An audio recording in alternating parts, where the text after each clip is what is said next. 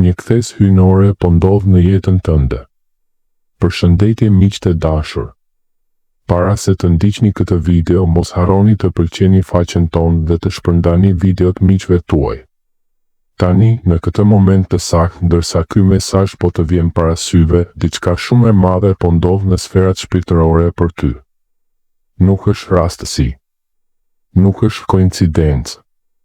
Qielli e ka zgjedhur pikërisht këtë orë, pikërisht këtë ditë, pikërisht këtë minutë që ti të dëgjosh këto fjalë, sepse një kthes hyjnore është aktivizuar.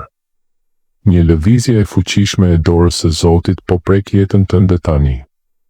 Dhe brenda pak orëve të ardhshme, jo muajve, jo viteve, brenda pak orëve ti do të ndjesh zhvendosjen.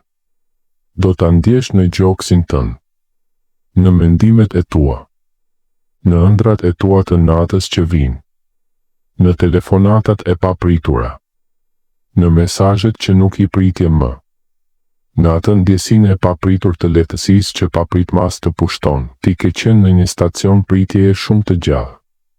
Ke parë trenat të kalojnë, të tjerët të hipnin dhe ti të rinte akoma aty me biletën në dorë, me shpresën që po zbehej pak nga pak. Por Zoti nuk e harroi biletën tënde. Ai nuk e harroi lutjen tënde të fundit që e bëre me lot në jastër. Ai nuk e harroi atë moment kur the me vete: O Zot, nëse je vërtet aty, më jep një shenjë, çfarëdo shenjë që të di se nuk jam vetëm. Shenja erdhi. Jo nesër.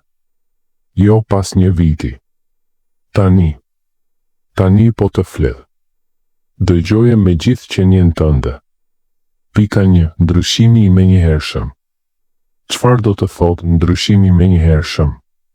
Do të thotë se koha e vonimeve hyjnore ka mbaruar. Ka pasur një arsye pse gjërat u vonuan.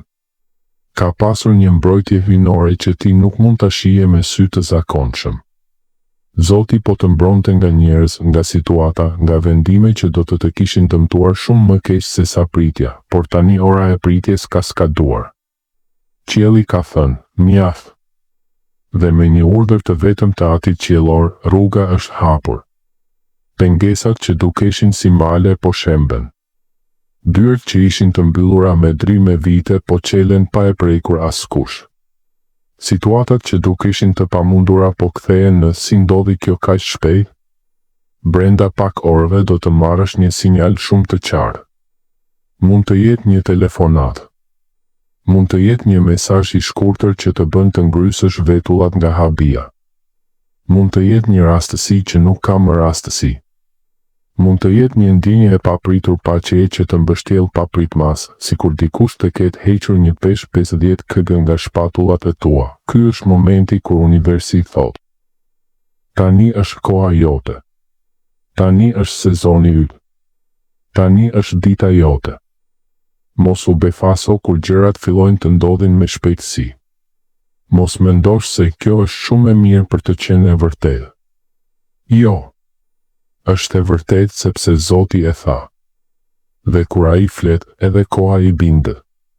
Pika 2. Lutjet e dëgjuara. Çdo lot që ke derdhur nuk është dashur kohë. Çdo lutje që e ke përshpëritur mes dhëmbëve natën kur askush nuk të dëgjonte është regjistruar në qiell. Çdo pse unë Zot. Çdo kur do të vijë radha ime. Çdo a më do akoma. Të gjitha janë ruajtur si thesar në fronin e hirit të tij. Ti mendove se ai nuk po të dëgjonte sepse nuk po të përgjigjej menjëherë. Por ai po të dëgjonte dhe po të përgatiste. Përgatiste një përgjigje që nuk do të mjaftonte vetëm për momentin, por do të mjaftonte për vitet që vijnë. Një përgjigje që do të shëroj plagë të vjetra. Do të rikthejë nderin tënd. Do të jap një histori që do ta tregosh me krenarit e fëmijët e tu e të nipërit. Brenda pak orëve do të fillosh të shohësh pjesë të asaj përgjigjeje. Mund të mos jetë e gjithë fotografia me njëherë, por do të shohësh qoshet e para të saj. Një copës. Një shenjë. Një derë e vogël që hapet. Dhe zemra jote do të thotë: Zot, ti vërtet po e bëje këtë për mua, mos harro të falënderosh. Edhe nëse është vetëm një faleminderit i përshpëritur mes lotëve. Ai pret pikërisht atë mirënjohje për të vazhduar valën e bekimeve. Pika 3. Ndihma hyjnore dhe mbrojtja. Arkëngjëlli Mikael. Tani në këtë moment, Arkëngjëlli Mikael është duke qëndruar pikërisht pranë teje. Me shpatën e zjarrt në dorë, ai po pret çdo forcë errësire që do të provonte të afrohej sërish. Ai po largon çdo energji negative që të ka ndjekur mu për mu, vit për vit. Çdo zili, çdo mallkim i fshehtë, çdo fjalë e keqe që është shqiptuar kundër teje po kthehet mbrapsht tani. Mikael nuk bën kompromis. Ai nuk negocion me errësirën. Ai vetëm shkatëron atë që duhet shkatëruar që ti të kalosh i lirë. Engjëjt e tjerë po punojnë njëkohësisht. Disa po rregullojnë takime hyjnore. Disa po i shtyjnë njerëzit e duhur drejt teje. Disa po i largojnë njerëzit e gabuar nga rruga jote. Disa po krijojnë mundësi që ti nuk mund t'i krijosh vetë. Ti nuk je vetëm në këtë betejë. Ti nuk ke qenë kur vetëm. Edhe kur mendove se ishe i braktisur qielli, kishte një ushtri të tërë që po luftonte për ty. Tani ata po festojnë. Sepse fitoria jote është afër. Dhe kur ti fiton, ata festojnë me kori i qiellit. Pika 4. Restaurimi dhe drejtësia hyjnore. Çdo gjë që të është marrë pa drejtësisht do të kthehet. Ndoshta jo në të njëjtën formë, por në masë më të madhe. Jobi humbi gjithçka dhe Zoti ja ktheu 2 fish. Ti mund të mos e dish akoma, por edhe ty po të përgatitet një 2 fishim, njerëzit që të lënduan, që të përdorën, që të lanë pas. Do të shohin me sytë e tyre ngritjen tënde. Disa do të habisen. Disa do të pendohen. Disa do të përpiqen të kthehen pranë teje kur të shohin dorën e Zotit mbi ty. Por ti do të dish tashmë se kush ishte me ty kur askush nuk ishte. Drejtësia hyjnore nuk është hakmarrje. Është rikthim i rendit hyjnor. Dhe rendi hyjnor thotë: fëmia im nuk do të turpërohet më. Fëmia im nuk do të përçmohet më. Fëmia im do të ulet në tryezën që i takon. Dëgjoje mirë. Tryeza jote po shtrohet tani. Pika 5. Mesazhi personal dhe konkluzioni. Ky nuk është një mesazh për miliona njerëz.